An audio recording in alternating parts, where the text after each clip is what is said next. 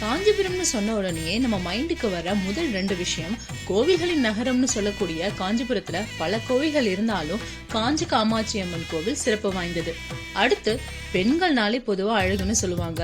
அந்த பெண்களுக்கு அழகு சேர்க்கிறது சேலைகள், ஆனா அந்த சேலைகளுக்கே அழகு சேர்க்கிறது சில்க் சாரீஸ். குயின் ஆஃப் சில்க்ஸ்னு சொல்லக்கூடிய காஞ்சிபுரம் சில்க் சாரீஸ் தாங்க அது. 2005 புவிசார் குறியீடு பெற்ற காஞ்சிபுரம் சில்க் சாரீஸோட ஹிஸ்டரிய பாக்குறதுக்கு முன்னாடி நம்ம சேனலை சப்ஸ்கிரைப் பண்ணாதவங்க பண்ணிக்கோங்க, கூடவே பெல் ஐக்கானையும் பிரஸ் பண்ணிக்கோங்க. ஹிந்து புராணங்கள்ல என்றும் 16ன்னு சிவபெருமானால சாகாவரம் பெற்ற மார்க்கண்டேய முனிவர் நெசவாளர்களின் கடவுள்னும், இவர் தேவர்களுக்கு பட்டாடைகள் செய்பவர்னு சொல்லப்படுது. இப்ப இருக்கிற நெசவாளர்கள் இவருடைய வழித்தோன்றல்னு நம்பப்படுது. பல்லவாஸ் ஏர்லி பீரியட்ல கடவுள் உருவகங்களுக்கு பருத்தியால செய்யப்பட்ட ஆடைகளையே அணிவிச்சிருக்காங்க.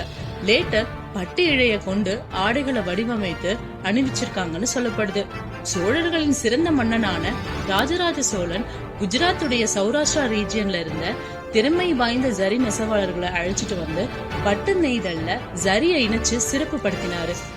பிற்காலத்துல விஜயநகர மன்னரான கிருஷ்ணதேவராயர் காலத்துல ஆந்திரா மற்றும் கர்நாடகா மாநிலங்கள் இருந்த தேவங்கா அண்ட் சலிகர் கம்யூனிட்டிஸ் காஞ்சிபுரத்துக்கு மைக்ரேட் ஆனாங்க.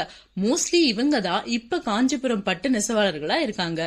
இந்த வீடியோடைய கண்டினியூவேஷன் டிஸ்கிரிப்ஷன்ல கொடுத்திருக்கேன், மறக்காம பாருங்க.